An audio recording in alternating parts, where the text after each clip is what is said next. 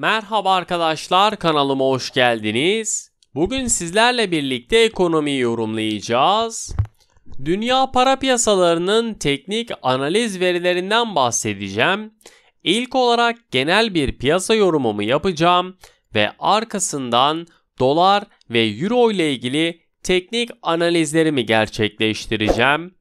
Arkadaşlar, kanalıma abone olmayı, beğenmeyi ve aşağıya değerli yorumlarınızı bırakmayı lütfen unutmayalım. İlk olarak Türkiye'de dün yurt içerisinde büyümenin öncü göstergelerinden Kasım ayına ait imalat PMI verisi 52 puanlık artış gösterirken dün yurt içerisinde oldukça sıcak gelişmeler yaşandı. Türkiye Cumhuriyeti Merkez Bankası 7 yıl aradan sonra ilk defa döviz kurlarına doğrudan satış yoluyla müdahalede bulunurken kaynaklar bu satışın yaklaşık 1 milyar dolar civarında olduğunu belirtiyor. Merkez Bankası ayrıca vadeli işlem ve opsiyon piyasasında yani VIOP'ta yaklaşık 340 milyon dolarlık döviz satın işleminin 13,07 kurundan gerçekleştiğini gördük. Müdahalenin ardından kurda düşüşler görükse de bu düşüşlerin kalıcı olmadığını gördük. Temel iktisadi politikalardan uzaklaştığımız sürece bu tür müdahalelerin işe yaramayacağını da belirtmek isterim. Aksi bu tür müdahaleler kuru olan talebi daha da artırabilir. Dolarizasyonun %61 ile 2001 krizinin üstüne çıkması vatandaşların dövize olan talebini halen çok yüksek olduğunu da bizlere gösteriyor. Cumhurbaşkanı Recep Tayyip Erdoğan, Merkez Bankası'nın dövize müdahalesine ilişkin olarak Merkez Bankası'nın yasasında var. Böyle bir yetkisi var. Böyle bir şey için gerekli olduğu zaman Merkez Bankası gerekli müdahaleyi yapar ifadelerini kullandı. Dün akşam gece yarısı çıkan kararname ile Hazine ve Maliye Bakanı Lütfi Elvan görevinden ayrıldı. Elvan'dan boşalan koltuğa Bakan Yardımcısı Nurettin Nebati atandı. Piyasalar uzun süredir böyle bir haberin gelmesini beklediğinden fiyatlama davranışları üzerinde haberin pek bir etkisi de olmadığını söylemek isterim. Dolar Türk Lirası kuru bu sabah saatlerinde 13,36 seviyesinden işlem görürken yükseliş eğilimini de sürdürüyor. Özellikle yarın gelecek veriler sonrası yeni tarihi zirveyi görmemizde muhtemel ihtimaller arasında. Borsa İstanbul 100 endeksi küresel borsalardan ayrışmaya ve rekor kırmayı da sürdürüyor. Borsa İstanbul 100 endeksi dünü %2,64'lük değer kazancı ile 1857 seviyesinden tamamlarken toplam işlem hacmi ise 38,8 milyar Türk lirası olarak gerçekleşti. Tüm sektörlerin endekslerindeki yükseliş hakimken en fazla kazandıran sektör ise %5,99 ile ulaştırma sektörü oldu. Bugün yurt içerisinde veri akışı sakin, kurlarda yükseliş beklentimi korurken Borsa İstanbul 100 endeksinde ise 1834 seviyesi önemli destek bölgesi olarak karşımıza çıkıyor. Bu seviyenin üzerinde yükseliş eğilimi devam edebilir. 1834 seviyesinin kırılması halinde de tekrar satışların ön plana çıkacağını düşünüyorum. Amerika Birleşik Devletleri tarafında ise Cuma günü açıklanacak tarım dışı istihdam verisinin öncüsü kabul edilen ADP tarım dışı istihdam beklentiler üzerinde 534 bin kişi olarak gelirken büyümenin öncü göstergelerinden olan imalat PMI verisi de beklentilerin altında 58,3 puan olarak gerçekleşti. Amerika Birleşik Devletleri'nde imalat PMI'yi Ocak 2021 yılından bu yana en düşük seviyeye gerilerken son 4 aydır üst üste düşüş kaydettiğini de görmezden gelmemek lazım.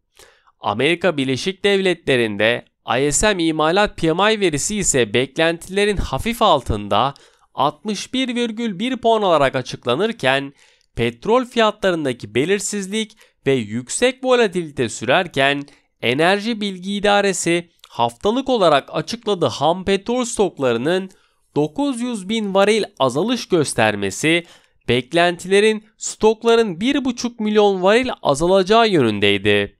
Amerika Birleşik Devletleri'nin 15 Aralık'ta açıklayacağı faiz kararına ışık tutacak olan 5 kitap raporu da yayınlandı. Fed'in 12 bölgesel şubesinden gelen analizle hazırlanan raporda Amerika Birleşik Devletleri ekonomisinin Ekim ve Kasım ayının ilk yarısında ılımlı ile orta hızda büyüdüğü, ancak firmaların artan enflasyon ve iş gücü kıtlığı ile mücadele etmek zorunda kaldığı belirtilirken, tedarik zincirlerindeki kırılmalar ve iş gücü piyasasında yaşanılan sıkıntılar sebebiyle bu enflasyonu engellemek için araçlarımızı kullanacağız ifadelerini kullanırken, Başkan Jerome Powell'ın Temsilciler Meclisi Finansal Hizmetler Komitesi'ne yaptığı konuşmada da bunu tekrardan bizlere vurguladı. Powell'ın verdiği mesajda 15 Aralık'ta Fed'in tapering'i hızlandıracağını anlarken, zaten Fed üyelerinden Master ve Bostic'in Aralık ayında tapering'i artırmak için destek vereceklerini söylemişlerdi. Böyle bir ortamda dolar endeksi ve Amerika Birleşik Devletleri 10 yıllık tahvil faizlerindeki yükseliş beklentimi de koruyorum. 2021 yılında olduğu gibi 2022 yılında da dolar hemen hemen bütün para birimlerine karşı değer kazandı. 2022 yılından hareketle biraz daha sert olabilecekken, buna bağlı olarak altın fiyatlarında da düşüş öngörümü koruyorum ve her yükselişi birer satış fırsatı olarak değerlendirmemiz gerektiğini de altını çiziyorum. Özellikle ons altının 1777 seviyesinin altında kalıcı olması sağlanırsa sert satışların yaşanacağını ve Amerika Birleşik Devletleri borsaları ise hem enflasyon baskısı hem de koronavirüsün yeni varyantı olan Omikron endişelerinin artmasıyla düşüş kaydetti. Bugün Amerika Birleşik Devletleri'nde haftalık işsizlik maaşına başvuranların sayısının 238 bin kişi gerçekleşmesi beklenirken, Fed üyelerinin konuşmasını da ön planda dinleyeceğim. Fed üyelerinden Charles, Berkin, Bostic ve Dallen'in konuşmaları yakından takip edecekken, Amerika Birleşik Devletleri Hazine Bakanı Yellen da bir konuşma gerçekleştirecek. Euro bölgesi tarafında ise kısaca Euro dolar paritesinde satış baskılarının sürdüğünü, ayrıca Euro Türk lirası tarafında da daha çok Türk lirasında yaşanılan gelişmelerin ölçüsünde ilerleyen yükseliş eğiliminin devam ettiğini söylemek isterim. Avrupa borsaları koronavirüsün yeni varyantı olan Omikron varyantına ilişkin artan endişelere rağmen günü yükselişle kapattığını sizlere vurguluyorum. Şimdi dünya para piyasalarının teknik analiz verilerinden bahsedeceğim. İlk olarak dolar Türk lirasında kurda dün 13,85 Türk lirası seviyesine doğru yükselişlerin gerçekleştiği sırada Türkiye Cumhuriyeti Merkez Bankası'nın döviz kurlarındaki görülen sağlıksız fiyat oluşumları nedeniyle piyasaya satım yönündeki doğrudan müdahale edileceğinin duyurulmasının ardından kurda 12,40 Türk lirası seviyesine kadar geri çekilmelerin yaşandığını gördük. Fed Başkanı Jerome Powell'ın şahin konuşmalarına devam etmesi ve Amerika Birleşik Devletleri'nde Omikron varyantı tespiti haberleriyle kur tekrardan 13 Türk lirası seviyelerin üzerine çıktı.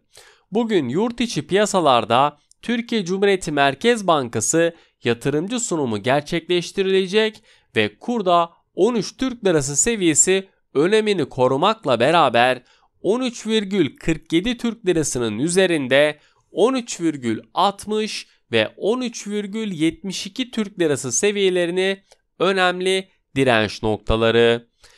13,47 Türk lirası seviyesinin altında 13 Türk lirası ve 12,70 Türk lirası seviyelerinde yakından takip ettiğim önemli destek noktaları.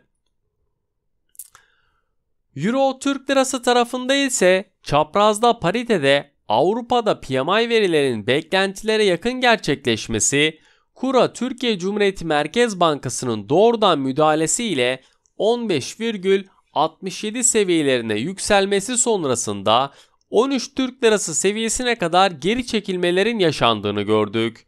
Türk lirasında yaşanılan değer kaybı sonrasında kur 15 Türk lirası seviyelerine kadar yakın seyirde kapatırken bugün yurt içi piyasalarda ise Türkiye Cumhuriyeti Merkez Bankası yatırımcı sunumu gerçekleştirilecek. Avrupa'da ise işsizlik ve üretici fiyat endeksi verilerini yakından takip ederken Euro Türk lirasına teknik olarak baktığımızda genel olarak 14,80 Türk lirası seviyesini önemli bir destek noktası olarak görürken 15,60 Türk lirası seviyesini de dikkat etmemiz gereken direnç noktası. Beni dinlediğiniz için teşekkür ederim.